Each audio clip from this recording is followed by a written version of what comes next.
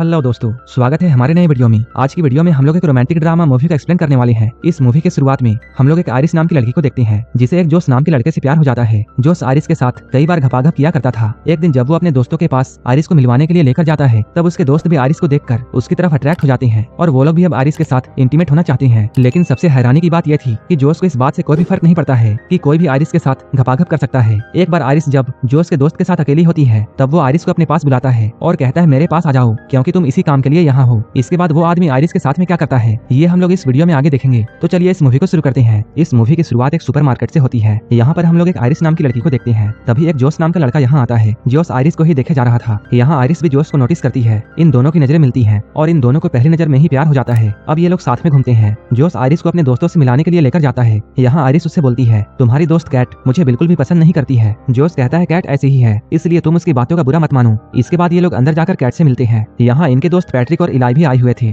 ये सभी लोग अभी जिस घर में थे, ये घर सर्गे का है। वैसे तो सर्गे कैट का बॉयफ्रेंड था, लेकिन आरिस को देखने के बाद अब उसकी निगाहें आरिस पर पड़ जाती हैं। आरिस और जोश काफी लंबे सफर से आए थे, इसलिए आरिस ऊपर जाकर शावर लेती है। इसके बाद जब ये सभी लोग बैठे हुए थे, तभी पैट्रिक अपनी और इलाई की कहानी सुनाता है कि वो लोग एक दूसरे से कैसे मिले और उन्हें भी पहली नजर में ही प्यार हो गया था। उनकी कहानी को सुनने के बाद आरिस कहती है मेरी भी कहानी कुछ इसी तरह है। आरिस जब अपनी बातों को बोल रही थी, तभी वो नोटिस करती है उनका कोई भी दोस्त उसकी बातों पर ध्यान नहीं दे रहा था। यहीं पर हम लोग सर्गे के बारे में जानते हैं। सर्गे कई सारे इल्लीगल काम भी करता है। यहाँ पर कैट आरिस से ये कहती है सर्गे के पास सब कुछ है और उसकी तो एक सुंदर बीबी भी है, मैं तो बस उसकी टाइम पास हूँ। उसका जब भी मूड बनता है वो मेरे साथ इंटीमेट होता है। कुछ देर के बाद ये सभी लोग यहाँ डांस करने लगते हैं। तभी सर्गे आरिस के नजदीक आने की कोशिश करता है। यहीं पर जोश भी होता है। डांस करते हुए आरिस जोश को अपने तरफ खींचती है। यहाँ ये लोग साथ में काफी मस्ती करते हैं। रात में सोने से पहले ये लोग इंटीमेट होते हैं, लेकिन तभी आरिस कुछ बोलने लगती है। जोश उसे कहता है सो जाओ। तभी आरिस एकदम से ही सो जाती है। सुबह में ये लोग नदी के पास जाने वाले थे। जोश आरिस से कहता है मेरा जाने का मन नहीं है, इसलिए तुम अकेली चली जाओ। जोश आरिस की बातों को मानकर अकेली जाती है, लेकिन आरिस के जाते ही जोश ने अपने फोन में वो एक पेन ड्राइव को कनेक्ट करता है।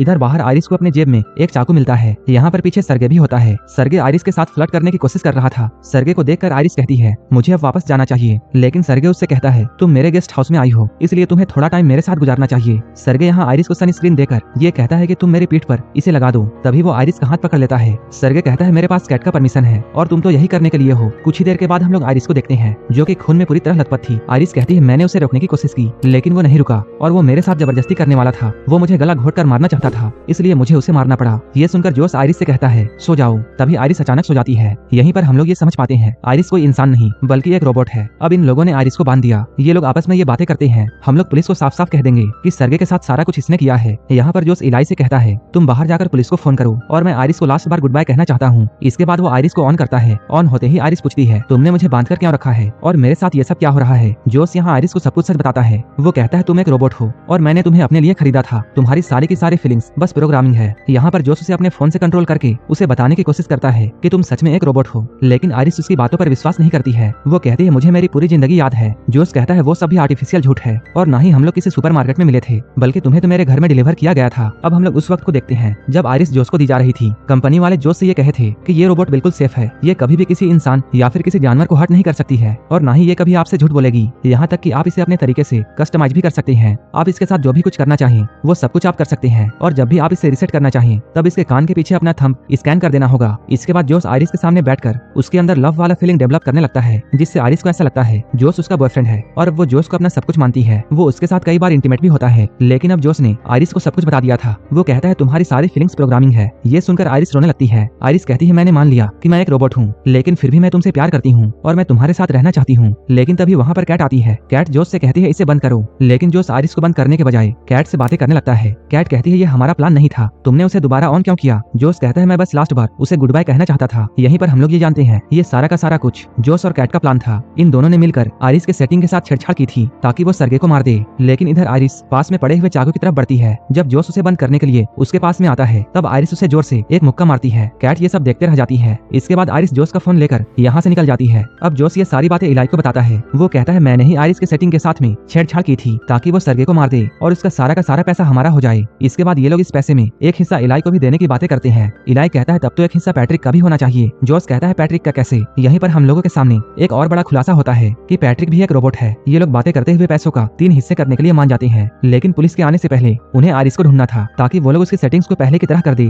और पुलिस को उन पर शक ना हो। इधर आरिस जोश का फोन लेकर आई थी और वो जोश के फोन को खोलकर अपनी सेटिंग्स खुद से ही चेंज कर लेती है और वो अपने इंटेलिजेंस को 100% कर देती है। है। इसके बाद वो ये सोचती है कि अब वो इस जंगल से कैसे निकले। अगर आइरिस चुपचाप जोश के कार तक जाती है तब वो जोश के फोन को यूज करके उसके गाड़ी को खोल सकती है और आराम से यहाँ से निकल सकती है। लेकिन तभी यहाँ पर इलाई और पैट्रिक आ गए। लेकिन यहाँ पर हम लोग ये जानते हैं कि पैट्रिक को पहले से ये पता था कि वो एक रोबोट है। उसने ये बात अपने आप ही जान लिया था। पैट्रिक कहता है ये बात जानने के बाद भी मैं तुमसे उतना ही प्यार करता हूँ और तुम्हारी और मेरी पहली बार मिलने की जो मेमोरी है वो मेरे लिए बिल्कुल सच है। इलाई कहता है हाँ मैं भी तुमसे बहुत प्यार करता हूँ। लेकिन तभी जोश का फोन बजता है। इलाई ये समझ जाता है कि आइरिस यही है। आइरिस यहाँ से भागने की कोशिश करती है लेकिन वो दोनों टकराकर गिर जाते हैं। ये लोग गन को लेने के लिए फाइट करते हैं लेकिन इसी बीच इलाई को गोली लग जाती है। अब आइरिस फिर से भागती है और वो जल्दी से जाकर जोश के कार में बैठ जाती है। लेकिन ये कार बिना जोश के वॉइस कमांड के ऑन नहीं हो सकती है। इसके बाद आइरिस अपने कंट्रोल में जाकर अपनी आवाज चेंज करने की कोशिश करती है। तभी बाहर जोश एक पत्थर उठाकर कार के शीशे को तोड़ने की कोशिश करता है। ये शीशा टूटने ही वाला था लेकिन तभी कार चल जाती है। अब आइरिस जोश को पीछे छोड़कर यहाँ से निकल जाती है। इधर जोश अंदर आकर सर्गे का फोन ढूंढने लगता है। उसने सर्गे के फोन से अपने कार चोरी होने की कंप्लेन कर दी। तभी कार साइड में लगकर अपने आप बंद हो जाती है और इसके दरवाजे भी अपने आप लॉक हो गए। इसके बाद जोश आइरिस को कॉल करता है। वो कहता है बेबी अभी भी कुछ भी नहीं बिगड़ा है, तुम मेरे पास आ जाओ और हम लोग मिलकर सब कुछ ठीक कर देंगे। हम लोग सारा का सारा ब्लेम पैट्रिक पर डाल देंगे कि उसने ये सब किया है। लेकिन आइरिस ने अपने इंटेलिजेंस को इतना बढ़ा दिया था कि वो जोश के झांसे में आने वाली नहीं थी। आइरिस कहती है तुमने मुझसे मर्डर करवाया है। इसके बाद आइरिस उसे ब्रेकअप कर लेती है। इसके बाद जोश पैट्रिक के पास में जाता है। वो इलाई के थंबप्रिंट से पैट्रिक को रिसेट करता है और वो पैट्रिक को अपने से कनेक्ट कर लेता है। अब पैट्रिक को इलाई की जगह में जोश दिख रहा था। इसके बाद जोश सेटिंग में जाकर पैट्रिक के एग्रेशन को 100% कर दिया और वो पैट्रिक को यह हुक्म देता है कि तुम जाकर आइरिस को ढूंढो। इधर आइरिस कार के शीशे को तोड़कर बाहर निकल रही थी लेकिन तभी यहाँ पुलिस आ जाती है। इसके बाद आइरिस जल्दी से अपनी लैंग्वेज चेंज करती है ताकि पुलिस वाला उसकी बातों को नहीं समझ पाए। उसने ऐसा इसलिए किया था क्योंकि आइरिस के साथ कुछ भी हो जाए वो झूठ नहीं बोल सकती थी। इसके बाद वो जर्मन लैंग्वेज में पुलिस को सब कुछ बताती है लेकिन इस पुलिस वाले को कुछ भी समझ में नहीं आता है। लेकिन वो पुलिस वाला कार में पड़े हुए चाकू को देख लेता है। इसके बाद वो आइरिस को हथकड़ी पहनाता है लेकिन उसी वक्त पैट्रिक यहाँ आता है। क्योंकि पैट्रिक का एग्रेशन 100% था इसलिए वो यहाँ पर पुलिस वाले को जान से मार देता है। इसके बाद उसने जोश के फोन से आइरिस को भी बंद कर दिया। इधर कैट घर के बाहर में एक पुलिस की कार को आते हुए देखती है जिसमें से पैट्रिक निकलता है और इस पुलिस वाले की डेड बॉडी डिक्की में पड़ी हुई थी। कैट ये सब देखकर बहुत डर जाती है और यहाँ से भागने लगती है। जोश पैट्रिक से कहता है उसे रोको।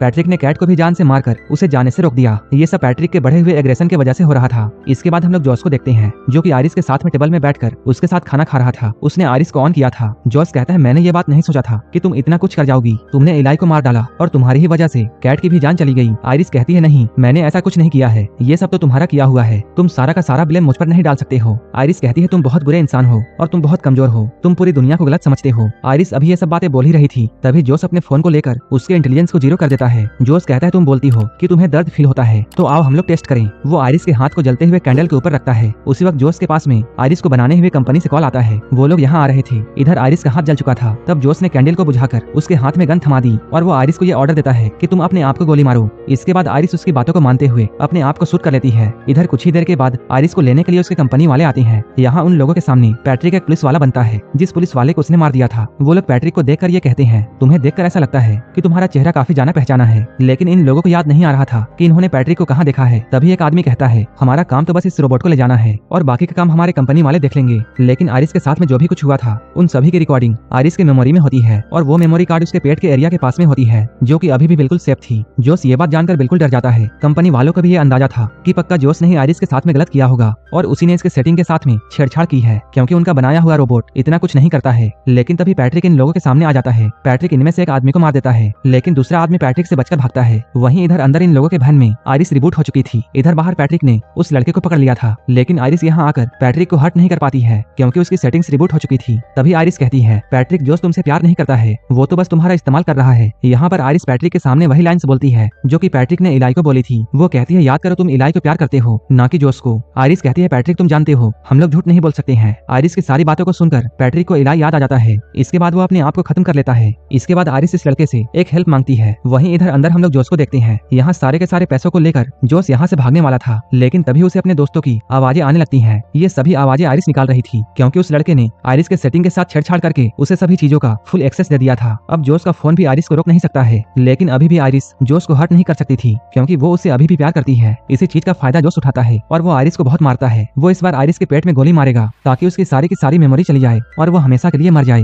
लेकिन अपने आप को बचाने के लिए आइरिस उस पर हमला कर देती है और इस हमले में जोश मारा जाता है। अब आइरिस अपने रोबोट होने की सच को एक्सेप्ट कर लेती है और यहीं पर यह मूवी खत्म हो जाती है। इसी तरह की मूवीज के लिए आप हमें टेलीग्राम और इंस्टाग्राम पर फॉलो कर सकते हैं जिसका लिंक डिस्क्रिप्शन में दिया हुआ है। और मूवी अच्छी लगी हो तब एक लाइक जरूर कर देना और ऐसे ही वीडियोस के लिए हमारे चैनल को जरूर सब्सक्राइब कर लेना। तो मिलते हैं हमारे नेक्स्ट वीडियो में।